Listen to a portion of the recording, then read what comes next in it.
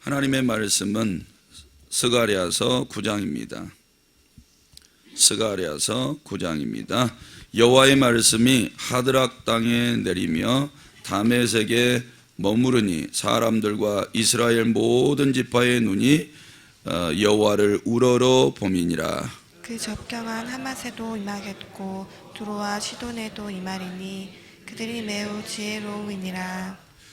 두로는 자기를 위하여 요새를 건축하며 은을 티끌같이 금을 거리에 진흙같이 쌓아도다. 주께서 그를 정복하시며 그의 권세를 바다에 쳐 넣으시리니 그가 불에 삼켜질지라. 아스글론이 보고 무서워하며 가사도 심히 아파할 것이며 에그론은 그 소망이 수치가 되므로 역시 그러하리라. 가사에는 임금이 끊어질 것이며 아스글론에는 주민이 없을 것이며 아스도세는 잡족이 거주하리라. 내가 블레셋 사람의 교만을 끊고 그의 입에서 그의 피를 그의 이사이에서 그 가증한 것을 제거하리니 그들도 남아서 우리 하나님께로 돌아와서 유다의 한 지도자같이 되겠고 에그로는 여부스 사람같이 되리라. 내가 내 집을 둘러 진을 쳐서 적군을 막아 거기 왕래하지 못하게 할 것이라. 포악한 자가 다시는 그 지경으로 지나가지 못하리니 이는 내가 눈으로 친히 봄이니라. 시온에 따라 크게 기뻐할지어다. 예루살렘에 따라 즐거이 부를지어다. 보라, 내 왕이 내게 임하시나니 그는 공의로우시며 구원을 베푸시며 겸손하여 나귀를 타시나니 나귀의 작은 것 곧 나귀 새끼니라. 내가 에프라임의 병거와 예루살렘의 말을 끊겠고 전쟁하는 활도 끊으리니 그가 이방 사람에게 화평을 전할 것이요 그의 통치는 바다에서 바다까지 이르고 유브라데 강에서 땅끝까지 이르리라. 또 너로 말할진대 내 언약의 피로 말미암아 내가 내 갇힌 자들을 물 없는 구덩이에서 놓았나니 갇혀있으나 소망을 품은 자들아 너희는 요새로 돌아올지니라. 내가 오늘도 이르노라. 내가 내게 갑절이나 갚을 것이라. 내가 유다를 당긴 활로 삼고 에브라임을 끼운 화살로 삼았으니 시온아, 내가 내 자식들을 일으켜 헬라 자식들을 치게 하며 너를 용사의 칼과 같게 하리라. 여호와께서 그들 위에 나타나서 그들의 화살을 번개같이 쏘아내실 것이며 주 여호와께서 나팔을 불게 하시며 남방 회오리 바람을 타고 가실 것이라. 만군의 여호와께서 그들을 호위하시리니 그들이 원수를 삼키며 물맷돌을 밟을 것이며 그들이 피를 마시고 즐거이 부르기를 술 취한 자같이 할 것인즉 피가 가득한 동이와도 같고 피 묻은 제단 모퉁이와도 같을 것이라. 이 날에 그들의 하나님 여호와께서 그들을 자기 백성의 양떼같이 구원하시리니 그들이 왕관의 보석같이 여호와의 땅에 빛나리로다. 그의 형통함과 그의 아름다움이 어찌 그리 큰지 곡식은 청년을 새 포도주는 처녀를 강건하게 하리라. 아멘. 이렇게 고백하시겠습니다. 하나님 사랑합니다. 하나님 사랑합니다. 기도하는 성도들에게 은혜와 복 주시기를 주님의 이름으로 축복합니다. 이번 주도 아마 휴가 기간이시라 어제 주일 예배 드리시고 휴가 가신 분들이 새벽 기도 드리신 분들 중에서도 더러 계신 것 같습니다. 이번에 지금 일청년부에서부터 시작해서 수련회 또 고등부 오늘 또 진행 중인 초등부 그리고 수요일날 화요일까지 하면 수요일부터 또 중등부 이런 식으로 해서 2천까지 성경학교와 수련회를 계속 진행하게 될 겁니다. 한 가지 특징은 수련회가 끝나면 안 나오던 청년들이 기도하고 고등부도 이렇게 보니까 여기서 자면서 또 나오는 친구들도 있고 뭔가 이렇게 하나님을 만나면 가까이 하고 싶어요. 그게 행복하니까. 영혼의 아버지를 만나는 게 진짜 기쁨인데 일상이 바쁘다 보니까 잊어버리고 살아가죠. 그런데 하는 거를 잃어버리는 거예요. 우리는 세상에서 노력해서 얻고 싶은데 하나님을 가까이 하지 못할수록 엄청난 것을 잃어버리고 사는 거죠. 세상은 영의 아버지이신 하나님께 인정받고 사랑받고 그분에게 기쁨이 되어지고 그분이 원하신 뜻대로 막 살고 싶어하면 어떻게 될까요? 우리의 삶이 엄청나게 복받겠지요. 그러니까 우리가 머리가 있고 지혜가 있으면 어떻게 우리가 신앙생활하는 게 유익한지 금방 알 수 있는데, 그래도 우리 학생부들 이렇게 보니까 청년부까지 성경학교나 수련회 때 어찌됐든 간에 자신의 이 육신과 마음의 세상 것들을 다 내려놓고 영혼을 긍휼히 여기시고 사랑하시고 구원을 베푸시고 거기에 힘과 능력을 주신 하나님을 만나야 돼요. 꼭 만나야 새 소망이 있게 될 줄로 믿습니다. 오늘 내용은 1절에서 8절까지 유다의 인접국에 대해서 하나님이 심판하시겠다는 내용이고, 9절에서 10절까지는 앞으로 오실 메시아에 대해서 예언하고, 11절에서 17절은 하나님께서 예루살렘의 구원과 번영을 약속하시는 내용입니다.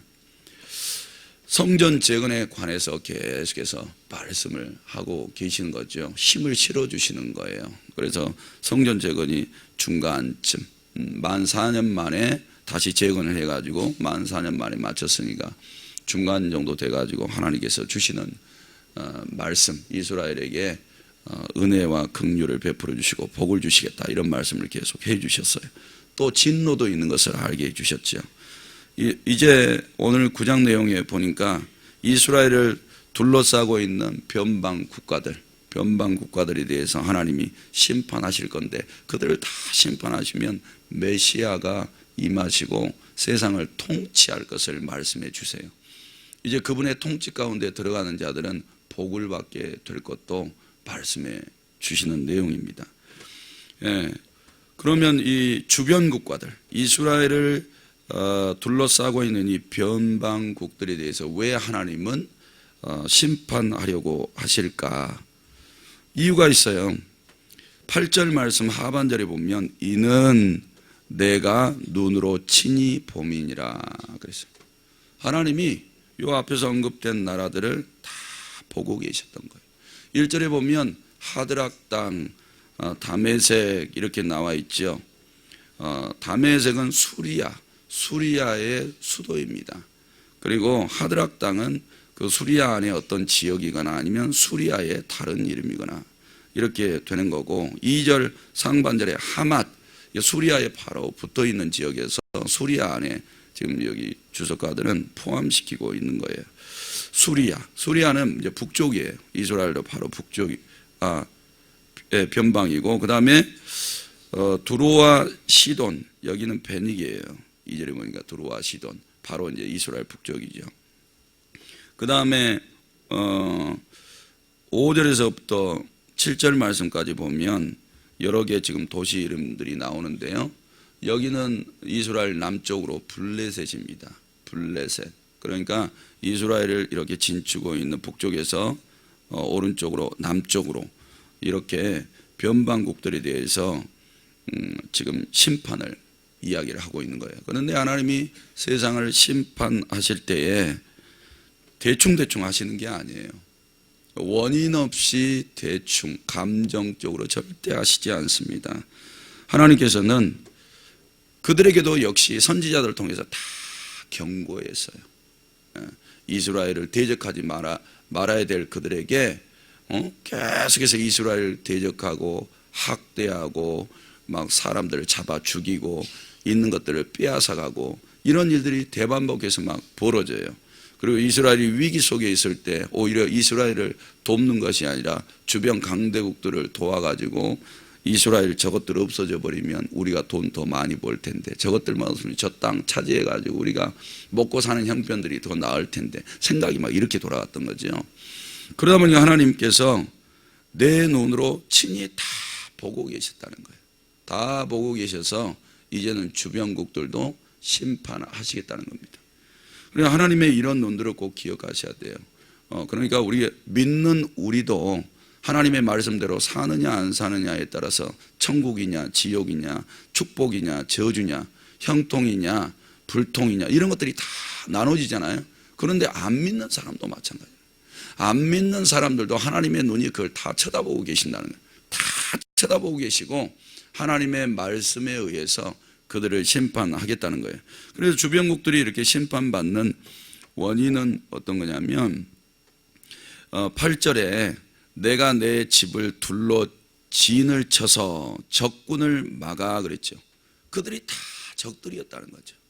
우호적인 관계였으면 그들도 이스라엘의 하나님을 알게 되고 이스라엘의 하나님을 믿게 되고 구원받을 수 있는 기회가 있는데 이스라엘에 대해서 항상 적대적이었다는 거죠. 이 주변 나라들이 적대적이었고 그 다음에 왕래하지 못하게 할 것이라 포악한 자가 다시는 그랬어요. 이스라엘에게 포악하게 되어 있다. 그들이 적대적이었고 포악하게 되어 있다. 그냥 일반적으로 이웃 사촌처럼 이렇게 편하게 지내도 한 가지 안 좋을 것은 예수 안 믿으면 아무리 가까운 이웃이라도 예수 안 믿으면 그들도 하나님의 눈 앞에서 저주받고 지옥 백성 되는 건데 하물며 이웃에 살면서도 적대시하고 포악하게 하고 이렇게 되었기 때문에 하나님께서 심판하시겠다 이렇게 말하고 있어요. 그러니까 우리를 통해서 주변 사람들이 우리를 적대적으로 대하게 하고 포악스럽게 대하게 하면 그 사람들 멸망해요. 하나님의 자녀를 괴롭게 해서도 멸망이지만 하나님의 말씀에 다 엇나갔기 때문에 심판받는 거예요. 이런 것들을 기억하면서 그 영혼들이 구원받게 하려면 우리 입장에서 그들을 전도하려면 잘 지내셔야 돼요. 기도 많이 해주셔야 돼요. 안 그러면 다 이렇게 심판받잖아요. 하나님 앞에 심판받아서 멸망받을 수밖에 없다는 거죠. 그러니까 신약 시대에는 예수님께서 이스라엘 백성들을 이제 세상으로 다 흩어버려요. 다 흩어가지고 성령 받은 자들을 통해서 흩어버리고 이제는 바로 이웃 사람들 뿐만 아니라 세상 사람들에게 흩어져 가지고 그들이 예수 믿어 구원받을 수 있도록 그런 역사들을 막 일으키는 거예요. 이제는 적이 아니고 공격자가 아니라 영원히 긍휼히 여김 받아서 구원받을 자로 하나님이 성령 받은 자들을 통해서 막 복음을 만박에 전파하는 거죠. 이런 기회를 이방 사람들이나 이웃 사람들이 갖지 못한다면 다 심판받을 수밖에 없다. 이런 것들을 알게 되는 겁니다. 자, 그런데 이들에게도 하나님이 기회를 주시는 게 있어요. 7절 말씀에 보니까 7절 말씀에 블레셋 사람들까지 이야기를 하고 그 다음에 주신 말씀이에요. 그의 입에서 그의 피를 그 이 사이에서 그 가증한 것을 제거하리니. 하나님이 주변국들을 이렇게 다 치시는 이유가 뭐예요? 죄를 제거하시는 일을 해주시는 거예요.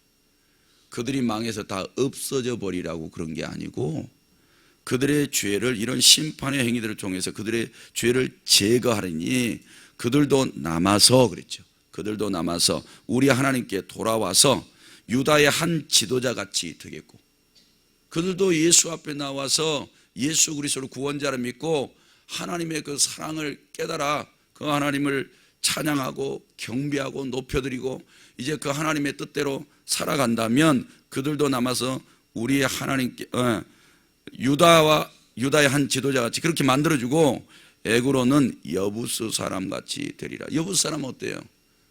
여호수아가 가나안 땅 정복할 때 이스라엘 사람들을 속여가지고 살아남은 사람들 아니에요? 살아남았잖아요. 그 사람들처럼 너희도 살아남을 거라는 거예요. 그러니까 기회가 있는 거예요. 사랑하는 성도 여러분, 하나님은 말씀에서 불순종하고 무지에서 불순종해도 똑같아요.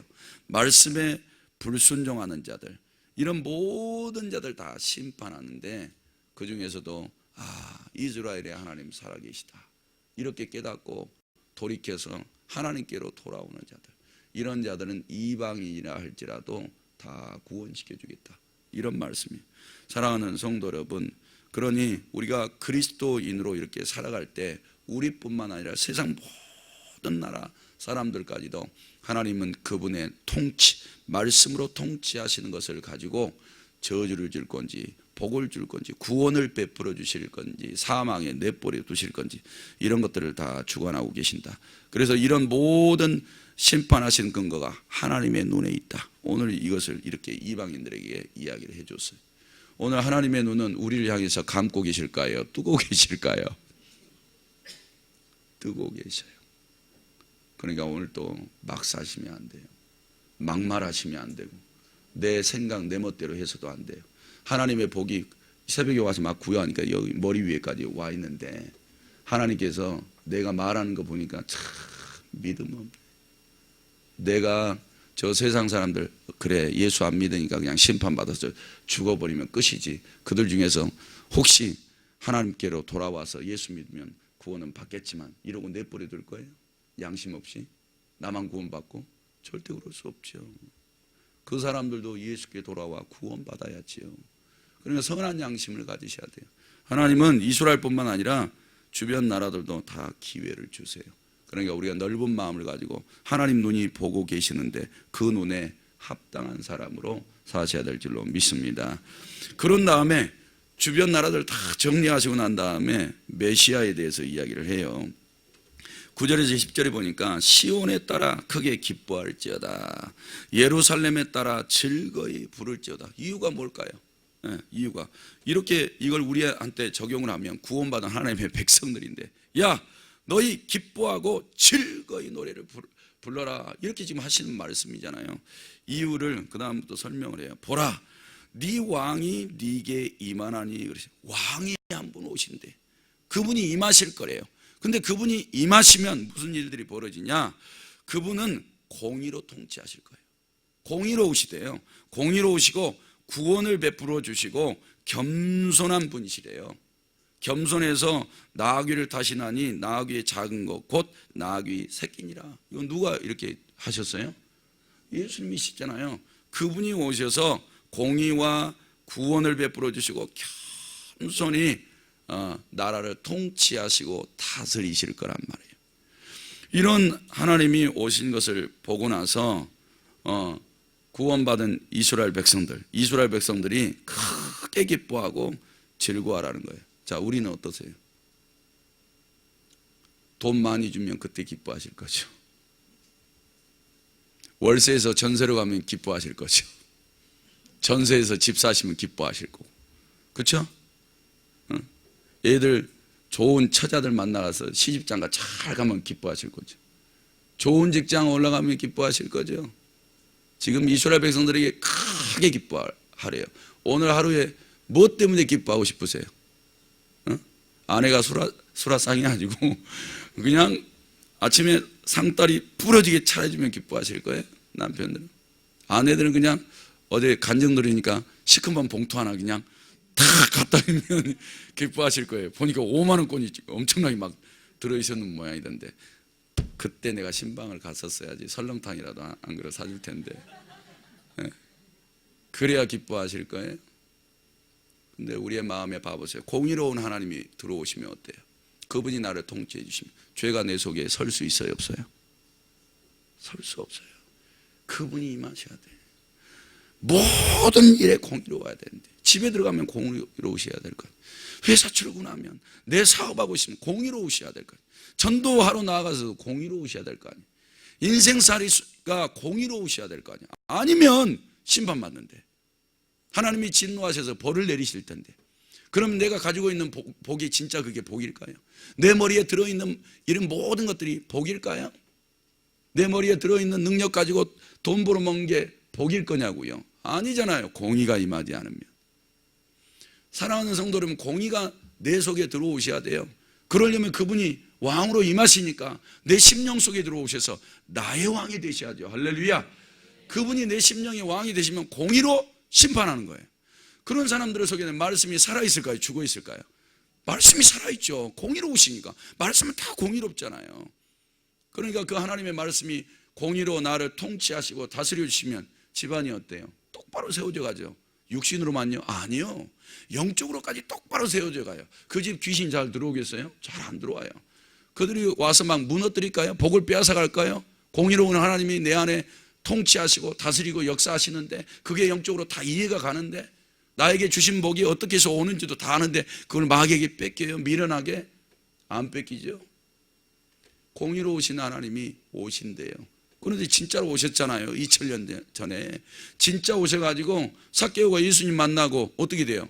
공의가 들어가니까 사람 바뀌어버리죠. 죄가 다 물러가는 거예요.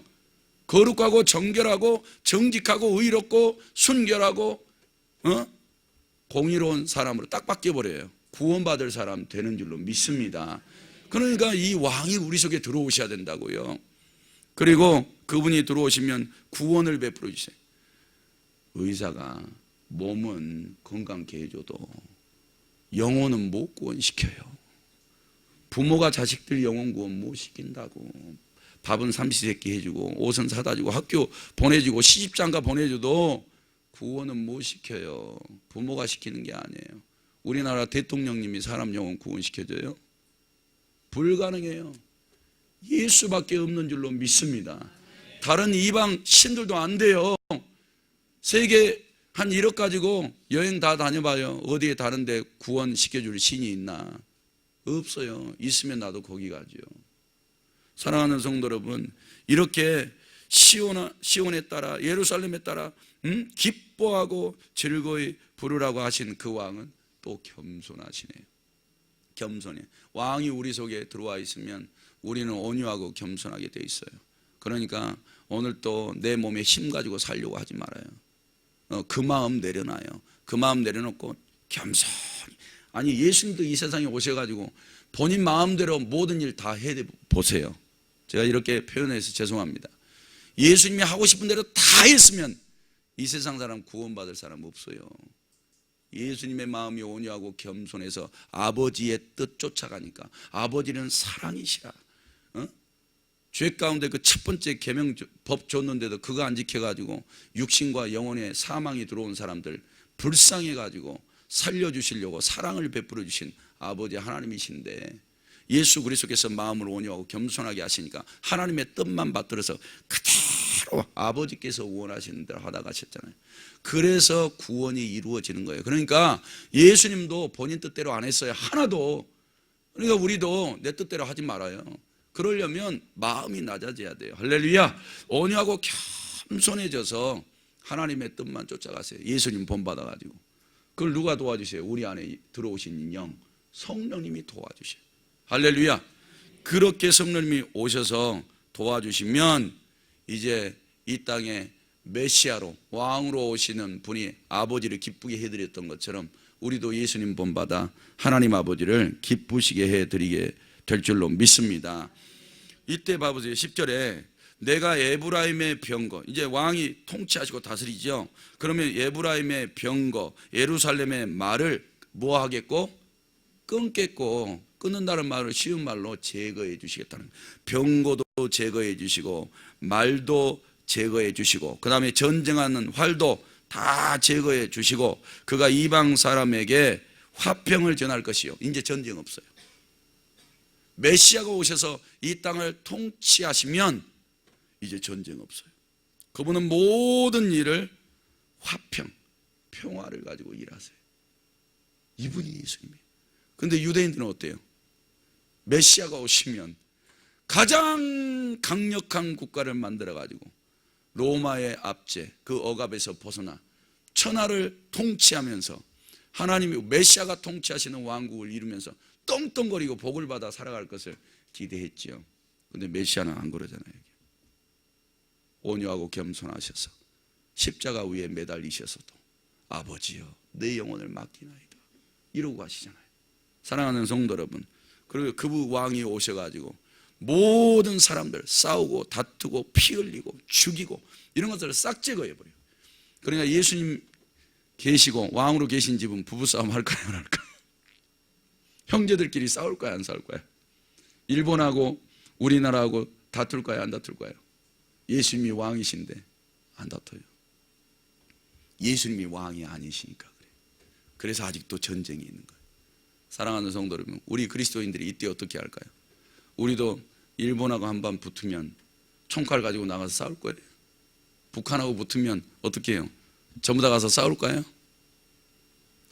예. 전쟁하지 말라는 게 아니에요. 사람들이 전쟁하고 살아요. 죽을 때까지. 제가 볼 때는. 그렇지만 항상 내 왕은 국가가 아니에요. 하나님이시지. 메시아를 왕으로 모시고 사는 게 축복인 줄로 믿습니다. 죄송해요. 시간 많이 저기 간지 몰랐어요. 시간을 제가 한두 번씩 이렇게 보거든요. 끝머리만 할게요. 이 메시아가 오셔서 유다와 이스라엘을 다 회복시켜버려요. 그리고 복을 주시는데 17절에 그의 무엇과 형통함과 그의 아름다움이 어찌 그리 큰지 곡식은 청년을 새 포도주는 처녀를 강건하게 하리라. 이제 메시아가 오셔서 평화의 나라를 다 만들어 놓으시면 거기에다가 풍성한 은혜와 복을 주시겠대요. 그러니까 우리가 세상의 법대로 사실래요. 하나님의 통치를 받으면서 복 받으면서 사실래요. 후자를 택하셔서 오늘 또 복된 하루가 되시기를 주님의 이름으로 축복합니다.